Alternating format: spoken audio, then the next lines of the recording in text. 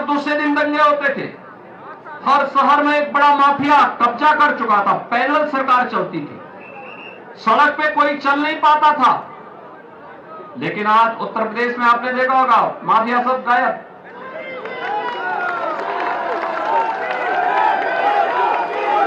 दूसरे लोग की यात्रा में चले गए। और भाइयों बहनों, मैं आप सबसे यही कहने के लिए आया हूं, आज विकास की एक नई कथा वहां रची जा रही है। तो आज विकास की एक नई कतार रची जा रही है। ये आप सुन रहे थे मध्य प्रदेश के सीएम योगी आदित्यनाथ को कांग्रेस पर जमकर कटाक्ष उनकी तरफ से किया गया और चुनावी हुंकार वो मध्य प्रदेश में भरते हुए नजर आ रहे थे। खबरों में आगे बढ़ेंगे। झारखंड में प्रधानमंत्री नरेंद्र मोदी के 2 दिनों के दौरे के बीच राज्य की सत्ताधारी दल और विपक्ष के बीच राजनीतिक वार भी तेज होती हुई नजर आ रही है। बता दें कि बीजेपी ने हेमंत सरकार पर हमला बोला है, तो वहीं सत्ताधारी दल के नेताओं ने बीजेपी के साथ साथ केंद्र सरकार पर पलटवार किया। बीजेपी के प्रदेश अध्यक्ष बाबूलाल मरांडी ने हेमंत सरकार पर निशाना साधा और कहा है कि कानून का राज खत्म हो गया है। साथ ही कहा है कि बेधड़क माफिया बालू, लोहा, कोयला, पत्थर तस्करी कर लूट मचा रहे हैं। जब राज्य का कानून मुख्यमंत्री ही कानून का पालन नहीं करेगा तो फिर आम जनता से कानून पालन करने की उम्मीद कैसे की जा सकती है। राकेश कुमार स्टेट हेड हमारे साथ जुड़ चुके हैं। राकेश जी, देखिए जिस तरीके से पीएम मोदी का ये दौरा है 2 दिवसीय, उस पर सियासत अब गर्माती हुई नजर आ रही है। निश्चित तौर पे कहा जा सकता है कि प्रधानमंत्री का दौरा जरूर है और जिस तरीके से यहाँ पे राज्य स्थापना दिवस है और उसमें कई कार्यक्रम भी आयोजित किए जा रहे हैं। भगवान बिरसा मुंडा की जयंती है और उलिहातू जो जन्म स्थल है वहाँ पे प्रधानमंत्री का कार्यक्रम होगा।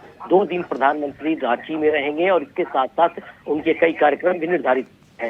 लेकिन सबसे अहम बात जो देखने को मिल रही है उसमें अब सत्ताधारी दल और विपक्ष दोनों के बीच तकरार शुरू हो गई है और कई आरोप प्रत्यारोप के भी दौर चल रहे हैं। जिस तरीके से कल बाबूलाल मरांडी ने आरोप लगाया कि मुख्यमंत्री जिस तरीके से राज्य में काम कर रहे हैं उसमें कानून व्यवस्था ध्वस्त होता नजर आ रहा है और माइंस से लेकर तमाम जो घोटाले यहाँ पे हैं उसको उजागर करने की स्थिति नजर आ रही है। तो प्रधानमंत्री से उन्होंने अपील की है कि अगर इस तरह की गतिविधियां राज्य में हो रही है तो जरूरी कार्रवाई भी की जाए। इसके बाद से जेएमएम की तरफ से और कांग्रेस की तरफ से जो राज्य की सत्ताधारी दल है उनकी तरफ से सीधे सीधे बीजेपी पे आरोप लग गया है कि जितने भी काम किए गए हैं इसके पहले वो बीजेपी की सरकार की तरफ से ज्यादा काम किए गए हैं और उस समय भी कई तरह के घोटालों की बू आती है। साथ साथ ये भी कहा है कि बीजेपी लगातार इस तरह की चीजों को लेकर सरकार को गिराने की कोशिश कर रही है और साथ साथ ये भी कहा है, प्रधानमंत्री से मांग की है कि इसकी पूरी जानकारी उनको होनी चाहिए कि राज्य में क्या कुछ हो सकता है। कल की बात की जाए तो मुख्यमंत्री हेमंत सोरेन भी मंच पर मौजूद रहेंगे प्रधानमंत्री के साथ। तो कई चीजें और भी सामने आएंगी, लेकिन फिलहाल राजनीति तेज है। जी राजनीति काफी ज्यादा तेज है राकेश जी, और इसी बात से पता चलता है कि जैसे पीएम के दौरे की जानकारी मिली तुरंत जेएमएम के बड़े नेता सामने आए, प्रेस कॉन्फ्रेंस किया और वार किया। कहा यह जा रहा है कि आने वाले चुनाव के मद्देनजर आदिवासी वोटर्स को साधने की कोशिश ये पीएम के दौरे के द्वारा की जा रही है।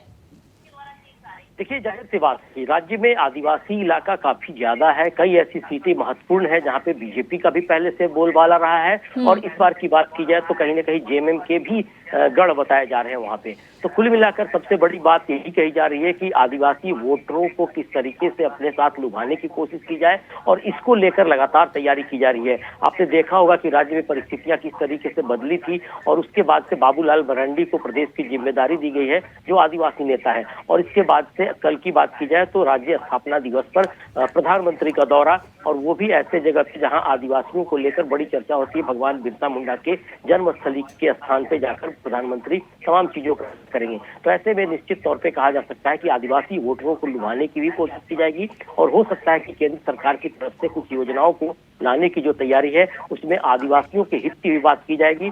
और दूसरे पहर में मुख्यमंत्री का एक कार्यक्रम होगा रांची के मोरहाबादी मैदान में, वहां भी बड़ी संख्या में लोग पहुंचेंगे और कई ऐसे आयोजन किए जा रहे हैं जिसको लेकर कहा जा सकता है कि सरकार भी कोई कसर छोड़ने की तैयारी नहीं कर रही है। जी ठीक है राकेश जी, बहुत बहुत शुक्रिया आपका तमाम जानकारियों के लिए। खबरों में आगे बढ़ेंगे।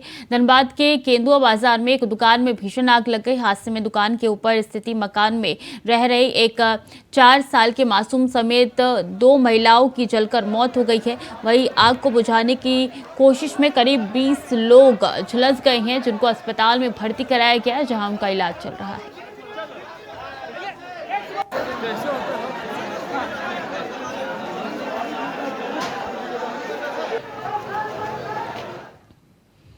नोएडा के सेक्टर 145 में बेखौफ बदमाशों ने एक युवक को गोली मार दी, जिससे युवक बुरी तरीके से घायल हो गया, जिसके बाद उसे एक निजी अस्पताल में भर्ती कराया गया, जहां उसका इलाज जारी है। वहीं घटना के बाद पुलिस ने रिपोर्ट दर्ज कर बदमाशों की तलाश शुरू कर दी है।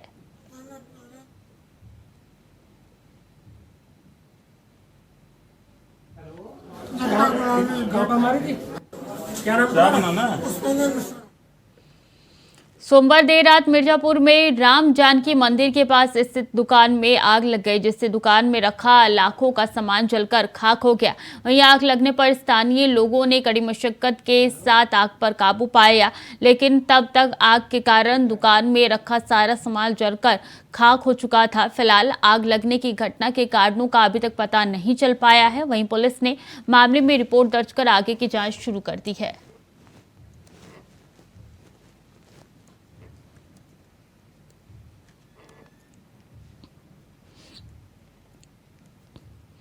बदायूं के सहसवान कोतवाली क्षेत्र के गांव बादशाहबाद में दो पक्षों में विवाद हो गया, जो देखते ही देखते इतना बढ़ गया कि लाठी डंडे ईंट पत्थर तक चलने लगे, जिसमें 14 लोगों के घायल होने की सूचना प्राप्त हुई है। वहीं इस दौरान फायरिंग की घटना भी देखने को मिली, जिसका वीडियो वायरल हो रहा है। घटना की सूचना मिलते ही मौके पर पुलिस पहुंची, घायलों को इलाज के लिए अस्पताल पहुंचाया गया है। साथ ही दोनों पक्षों की तहरीर पर रिपोर्ट दर्ज कर लिया गया है।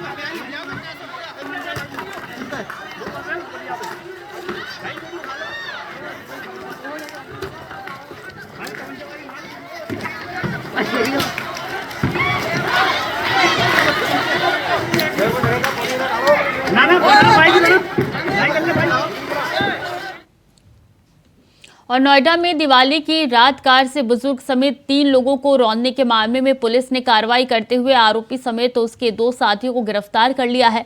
घटना में इस्तेमाल की गई कार को भी पुलिस ने जब्त कर लिया है। फिलहाल पुलिस ने आगे की कार्रवाई शुरू कर दी है। तो तस्वीरों में जो कार नजर आ रही है, इसी कार ने 3 लोगों को रौंदा था, उसमें एक छोटी बच्ची भी थी।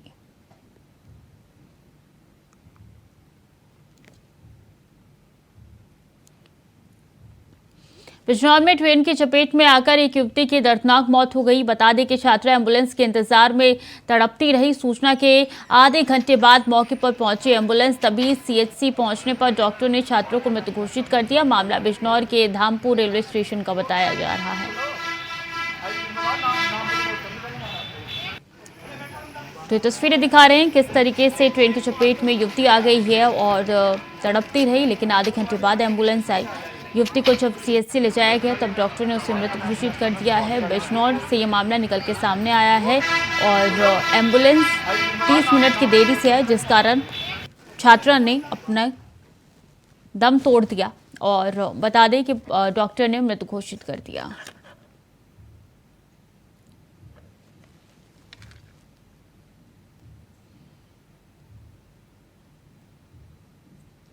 तो ट्रेन की चपेट में आकर युवती की मौत हो गई है।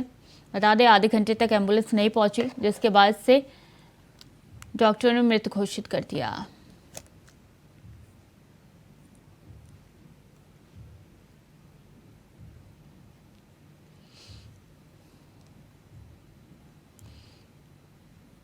चलिए सीधे चलेंगे मध्य प्रदेश के शाजापुर, जहां पे पीएम मोदी क्या कुछ कह रहे हैं आपको सुनवाते हैं। उन महाज्ञानी जो बोलते हैं आपने सुना होगा। मैं जरा आपसे पूछता हूं भाई, मैं यहां पर जो आप लोग हैं उनसे पूछना चाहता हूं, आप में से कितने लोग हैं जिनकी पढ़ाई अंग्रेजी भाषा में हुई है? कितने लोग हैं? मुश्किल से 4-5 हाथ उठे, मुश्किल से 4-5। ये कांग्रेस को 50 साल देश में राज करने का मौका मिला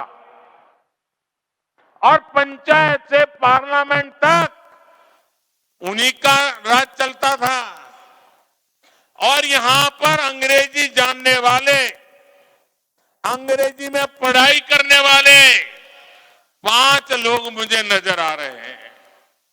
क्या भाजपा सरकार ने कहीं पर भी अंग्रेजी की स्कूल को ताला लगाया है क्या? कहीं ताला लगाया है क्या? इनके नाना, उनके पिता, उनकी दादी, किसी ने भी शुरू की होगी कि हमने ताला लगाया है क्या? तो उन्होंने आपकी चिंता की थी क्या कभी? एक तो अंग्रेजी में पढ़ाया नहीं, और इंजीनियरिंग मेडिकल पढ़ना है तो अंग्रेजी के बिना पढ़ नहीं सकते। क्या मेरे गरीब मां का बेटा, मेरे गरीब मां की बेटी क्या अंग्रेजी नहीं पढ़ पाई इसलिए डॉक्टर नहीं बन सकती है क्या? बन सकती है कि नहीं बन सकती है? अगर वो डॉक्टर बनना चाह रहे हैं तो उसको डॉक्टर बनने का अवसर मिलना चाहिए कि नहीं मिलना चाहिए? उसको अगर इंजीनियर बनना है तो अवसर मिलना चाहिए कि नहीं मिलना चाहिए? ये सब दरवाजे आपके लिए बंद करके बैठे थे। और मुझे बताइए, आप डॉक्टर के पास जाते हो और आपको कोई बीमारी होती है, पेट में दर्द हो रहा है, सर में दर्द हो रहा है, पैर में दर्द हो रहा है, क्या डॉक्टर को अंग्रेजी में समझाते हो क्या आप? अपनी भाषा में बोलते हो ना? तो डॉक्टर को अपनी भाषा आनी चाहिए कि नहीं आनी चाहिए? ये महाज्ञानी कहते हैं कि आपको अपनी भाषा सीखने की जरूरत नहीं है। मेरे भाइयों बहनों, इसी सोच ने देश को तबाह कर दिया इतने सालों में।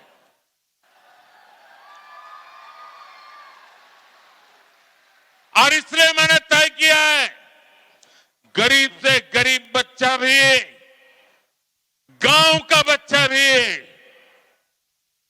उसे अंग्रेजी आती है तो अच्छी बात है, नहीं आती है तो भी वो डॉक्टर बनेगा, वो इंजीनियर बनेगा, वो देश की सेवा करेगा। तो शाजापुर से मध्य प्रदेश के पीएम मोदी को सुन रहे थे। उनकी तरफ से साफ तौर पे कहना है कि देश को आगे बढ़ाना और इसी जद्दोजहद में हम लगे हुए हैं। फिलहाल के लिए बुलेटिन में इतना ही। खबरें लगातार जारी है, देखते रहिए इंडिया वॉइस।